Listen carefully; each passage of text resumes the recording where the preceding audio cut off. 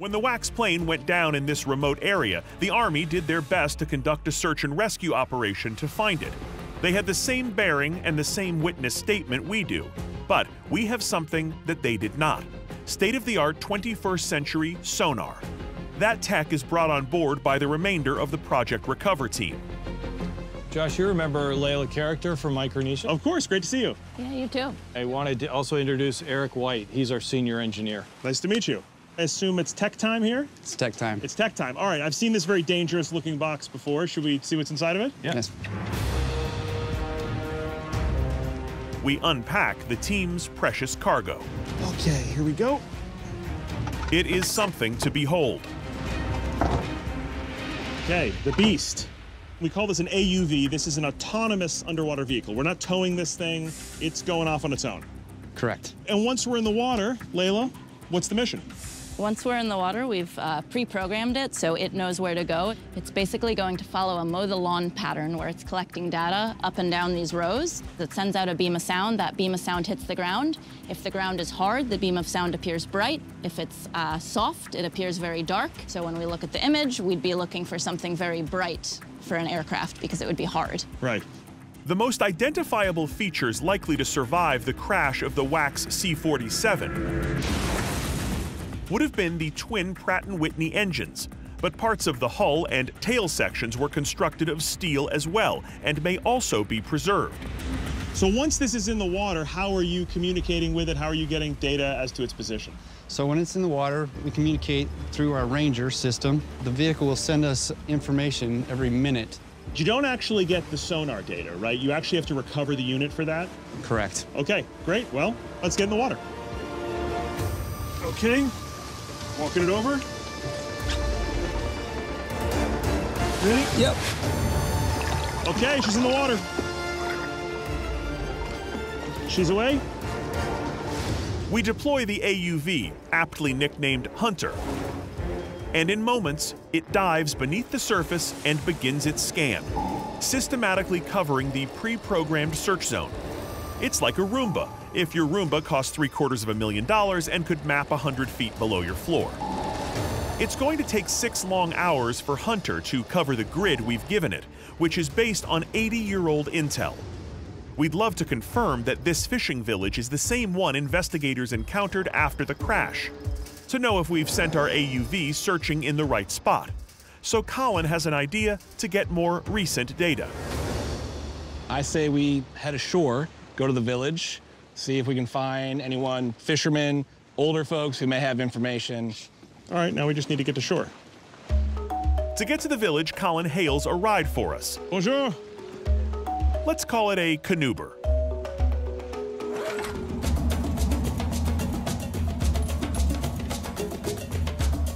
We arrive at shore and step out. All right, merci. Thank you. Into another time. Here, on the edge of the continent, a traditional fishing community living as they have for generations, isolated on one of the most gorgeous beaches I've ever seen. On any other day, I'd be hunting for a hammock, but we're here on more serious business. All right, well, we're ashore. Now the question is there anybody left here that was alive back then? Bonjour. Bonjour, monsieur. Anyone alive here that could have witnessed the crash would have to be well into their 80s. So we asked to speak to the oldest member of the community. Monogaga? À Monogaga, c'est vieux, là, il a 60 ans. Mais là-bas, on peut trouver un vieux qui a presque 100 ans. So 100? 100 would be huge. That's what we're looking for. Okay, on y va? Oui, on y va. Ah, let's go. All right, please.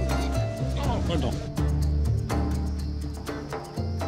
Bonjour, monsieur. Bonjour. Ça va? Oui, ça va. Bonjour. Bonjour. Bonjour, monsieur. Bonjour.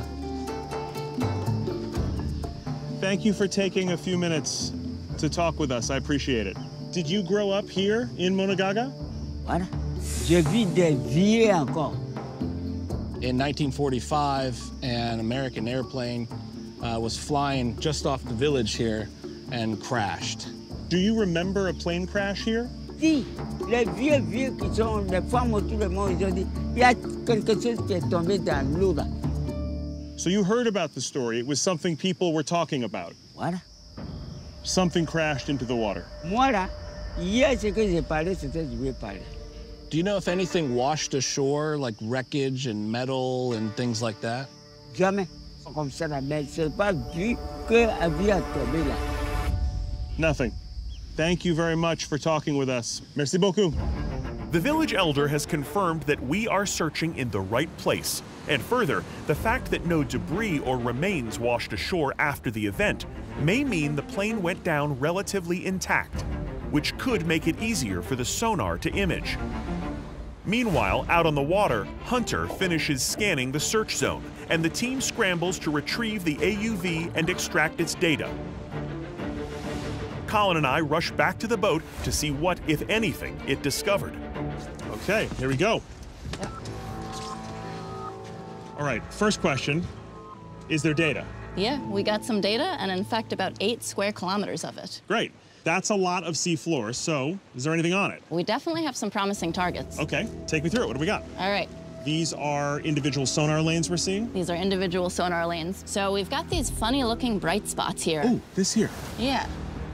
Yeah, what's really interesting here is this linear pattern of debris. It does look like a scatter of objects. Yeah, it's pieces of something and they're circular, it looks like. And they are just so contrasted against the seafloor, Yeah. right? I mean, they're just sticking out like these bright circular targets. Yep. Colin, what do you make of the fact that we just have these isolated individual objects here? In most plane crashes, we're not going to have something that looks exactly like a plane on the bottom. Right. It's going to get broken up and scattered, so this actually looks like a debris field that we might see. So definitely worth investigating. 100%. We need to go down and look at what this thing is. Okay.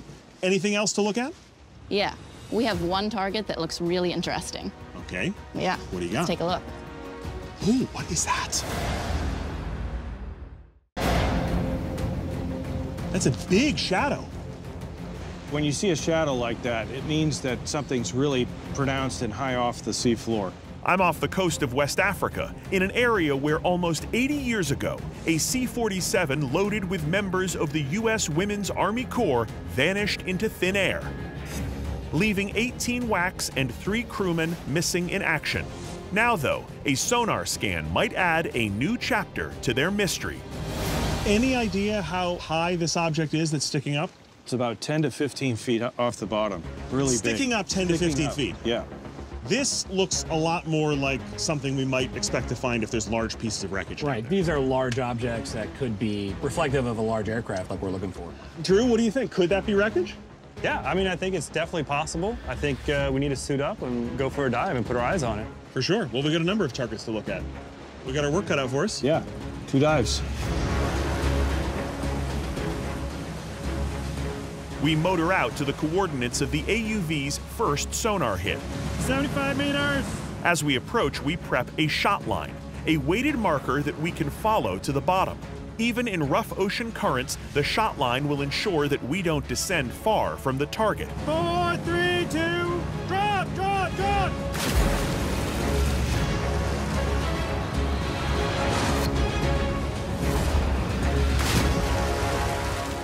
With the shot line in the water, Drew, Mark, and I prepare to dive down to what appears to be a debris field on the bottom of the ocean. All right, what's our move? We're going to start with just these circular targets that are kind of in a line. Right. To see what they are. Let's do it.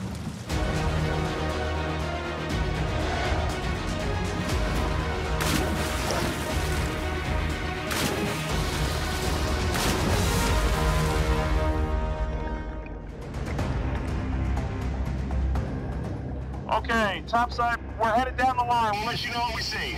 Topside copies, divers heading down the shot line, over. Passing 36 feet and descending.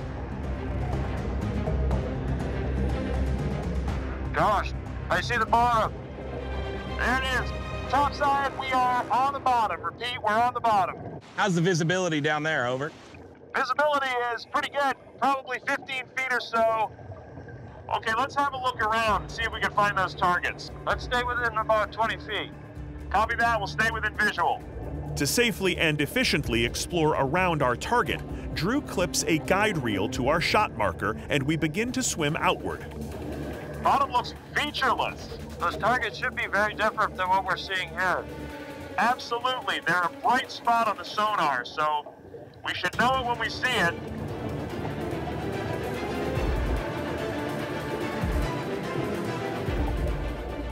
on, something here. You see that? Yeah. There it is. That's our target. Stand by. Are those shells? Yeah, they look like mussels, Josh. Yeah, this is an active mussel bed. Barely sticks up off the bottom. Mark, there should be other objects around here, yes? Yeah, there should be a line of them. Let's see if those are natural as well. Hey, Josh, there's another one over here. Look at that. There it is. That's exactly what we're seeing on that sonar. Yeah, this whole line must be those mussel beds. Damn. All right, I think we can cross this target off. Yeah. And maybe bring some back for dinner. Topside, definitely not wreckage. Topside copy is not wreckage. That's disappointing to hear. Probably wrap up the dive and start heading up. Over. All right, roger that. Josh, let's go topside. We still have another big target to hit. Copy that, right behind you. We may have pulled a lot of muscles, but we're hardly sore.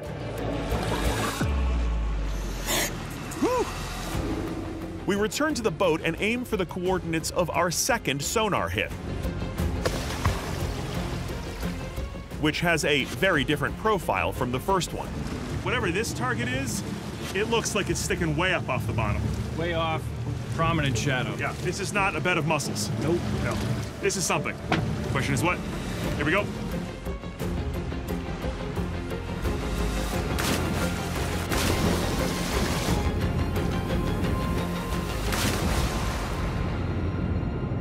Current is terrible up here. We're gonna get swept off this buoy. We need to go down right now. Copy that, heading down. Down, down, down, here we go. I am just kicking against this current just to stay with the shot line. I know, it's really strong. The current is powerful enough to pull us off the line and sweep us out to sea, so we descend as fast as we can. Divers topside, how's the descent looking? We're just trying to get through this current. Seems to be evening out here. Passing 70 feet, and it's getting real cloudy here. Topside copies. Low visibility. Be safe down there. Over. Almost 100 feet. Bottom should be right here. There we go. Topside, we are down. We are on the bottom. Almost no visibility. Less than 5 feet, I'd say. We do not see the target. We are going to have to try to find it the hard way. Well, whatever this is, it should be sticking way off the bottom, so hopefully you run into it. Over. With conditions this murky, it's risky for all of us to be groping in the dark without getting separated. So Drew clips onto the shot line and explores in a wide circle around us. Tug on the line if you run into anything. We watch him disappear into the gloom and wait.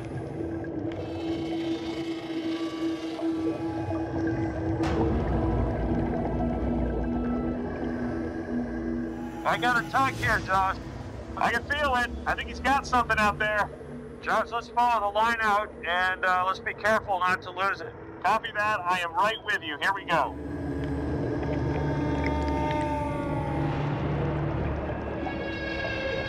Something there. You see that dark shape? That's our target for sure, sticking up. Could that be the tail? Topside, there's definitely a large object here. Topside copy, something big. Can you tell what it is? Stand by, I'm gonna swim over to it. Looks heavily encrusted. Definitely solid. I think this is natural, Mark. Yeah, this looks like a monolith, a huge rock. Topside, it is not man-made. This is geological. Large rock sticking up off the bottom. Really weird. It's like a tower sticking up. Copy that. Natural feature. Over. I was hoping this was the tail of the airplane. Me too. You can just imagine it in the darkness. Let's circle around it a few times. Make sure there's nothing else down here.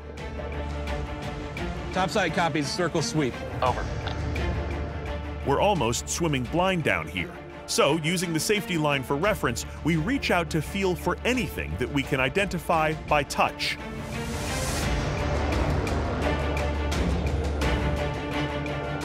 I'm not feeling anything down here other than rocks.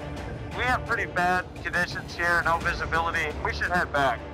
Copy that, and I've only got a couple minutes of bottom time left at this depth, so we'll make our way back to the shot line and ascend. Yeah, roger that.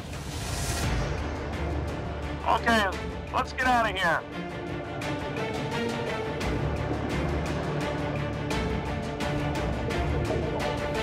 All right, ascending now.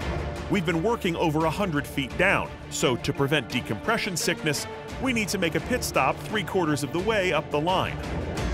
All right, making a safety stop. We're gonna hang here for 3 minutes. Yeah, copy that. It'll allow our bodies to absorb built-up nitrogen from our blood before it, kills us. Safety stop is done. We're headed to the surface.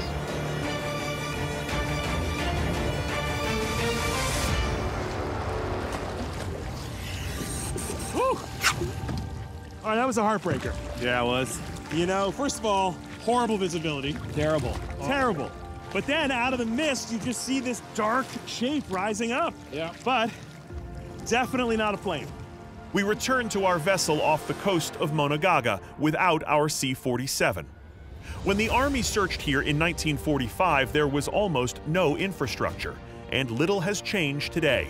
This is a supremely hard place to investigate, which is why nobody has in 80 years. And that in itself is why we're here. At Project Recover, our goal is to bring our MIs home. But it's also really important for us to respect the memory of the fallen. Yeah, and I think a real accomplishment here is simply getting this story out there for people. Yeah. Not just the sacrifice of these women, but also just the incredible dedication and accomplishment of the Women's Army Corps. It's a story that not enough people know, and I hope that we've brought some attention to it. And it's not the end of the search. This is just the beginning. We're going to keep looking for them. This is a special group of women who could have chosen to go home, but they wanted to go back to the war front and keep fighting, and we want to respect that and make sure we find them and bring them home. Absolutely. So, Josh, what we'd like to do now is hold up the American flag and read off the names of the 3 crew and 18 Women's Army Corps soldiers that were aboard this aircraft.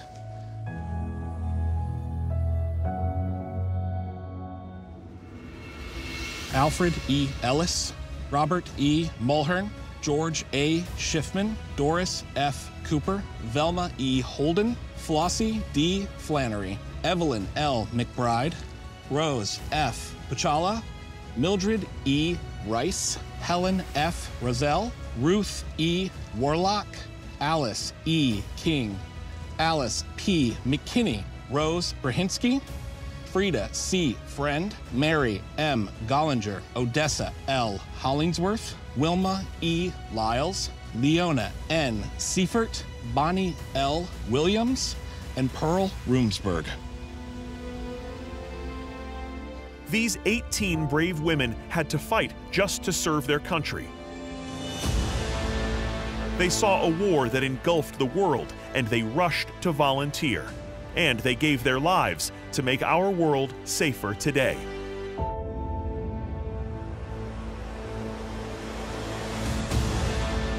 At the beginning of the war, America didn't want women in the Army. By the end, Douglas MacArthur called the WACs "my best soldiers." The Women's Army Corps continued to serve after World War II until the 1970s, when women were fully integrated in the U.S. Army.